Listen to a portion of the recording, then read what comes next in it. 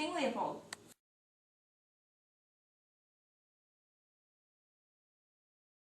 Leopold II was the king of the Belgians. He is chiefly remembered for the founding and brutal exploitation of the Congo Free State.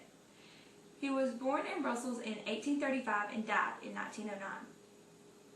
While the great powers competed for territory elsewhere, the king of one of Europe's smallest countries carved his own private colony out of 100 square kilometers of Central African rainforest.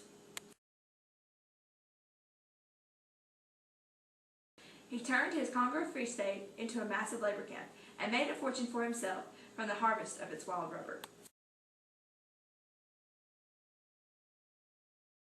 He contributed in a large way to the death of perhaps 10 million innocent people. What is now called the Democratic Republic of Congo has clearly never recovered. Meanwhile, Congo soldiers have never moved far away from the role allocated to them by Leopold as a force to coerce, torment, and rape an unarmed civilian population. Under his control, Congo has become a forceful labor camp of shocking brutality. Leopold posed as the protector of Africans fleeing to Arab slave traders, but in reality, he carved out an empire based on terror to harvest rubber. Families were held as hostages, starving to death if the men failed to produce enough wild rubber. Children's hands were chopped off as punishment for late deliveries. Between 1870 and 1900, the Congo was pillaged. It was a valuable source of rubber. King Leopold created his own colony in the Congo over which he ruled unchecked. Beaten or whipped to death for failing to meet the rigid production quotas for ivory and rubber harvest imposed by Leopold's agents.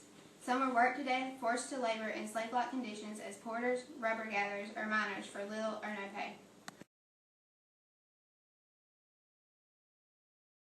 Natives were required to provide state officials with set quotas of rubber and ivory at a fixed government-mandated price, to provide food for the local post, and to provide 10% of their number as full-time forced laborers and another 25% part-time.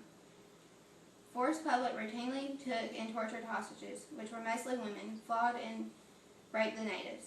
They also burned villages and, above all, took human hands as trophies on the orders of white officers to show that bullets hadn't been wasted. Sleeping sickness ravaged the country and was used by the regime to justify demographic decrease. Opponents of King Leopold's rule concluded that the administration itself was to be considered responsible for the spreading of this dreadful epidemic. King Leopold of Belgium never visited his kingdom in the Congo Free State, but he defended vigorously his treatment of the native population. After the London Times published an editorial accusing him of abuses and atrocities, Leopold decided to respond.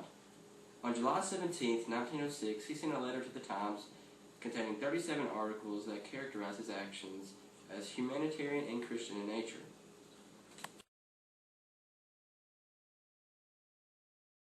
For example, in one of his articles, Leopold says, quote, "Native laziness must not be perpetuated. The Negro must be made to shake off his idleness. If the native does not work, he will never rise above his present standard, but will continue to stain Central Africa with his blood. Work is the only remedy for his woes, and in work lies the secret of his regeneration." He insists that the natives are, quote, "not unhappy," and suggests that Belgian rule in the Congo is more popular than British rule is among its colonized African. Another example from his articles, Leopold says, quote, "There have been revolts in the Congo, but I believe these have been less numerous than in the British possessions, as, for example, Natal and in Nigeria.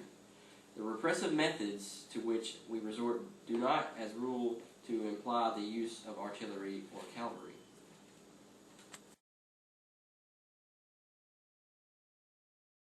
Regardless of his defense, human rights organizations assert that Leopold's name belongs next to Hitler, Stalin, and other men whose names live on in infamy.